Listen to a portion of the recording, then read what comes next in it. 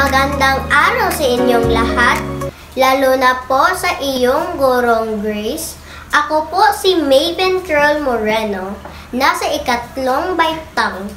Sa araling ito ay higit na mauunawaan ang mga dapat gawin upang mapanatiling maayos at malinis ang ating kapaligiran. Simulan natin sa ating sariling bahay. Bahagi ng paglilinis ng bahay at bakuran ay ang wastong pagtatapon ng basura. Nakakatulong din ito upang mabawasan ang polusyon at mapangalagaan ang ating kapaligiran.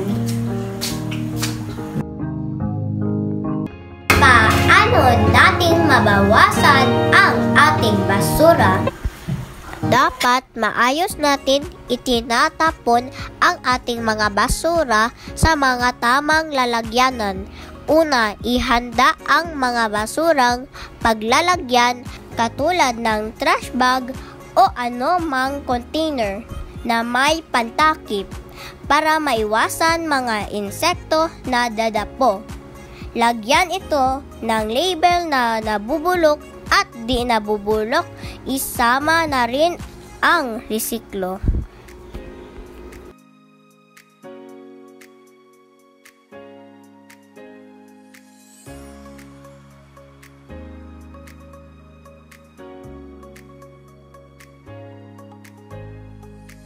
Ano-ano ba ang mga nabubulok na basura, kaibigan?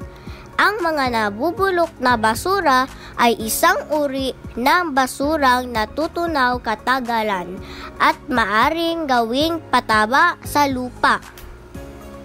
Ang mga halimbawa nito ay mga balat ng prutas at gulay, mga tuyong dahon, dumi ng mga hayop,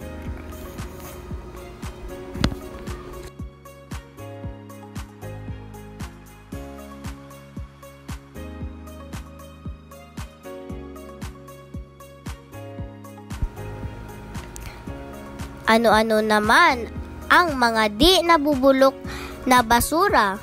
Ang mga di nabubulok na basura ay isang uri ng basurang di natutunaw na maaring makasasama sa ating kalusugan at magdulot ng panganib sa ating kalikasan. Pwede rin itong gamitin ulit. Ito ay tinatawag na resiklo o muling gamitin. Ang mga halimbawa nito ay mga bote at plastik, lata at metal.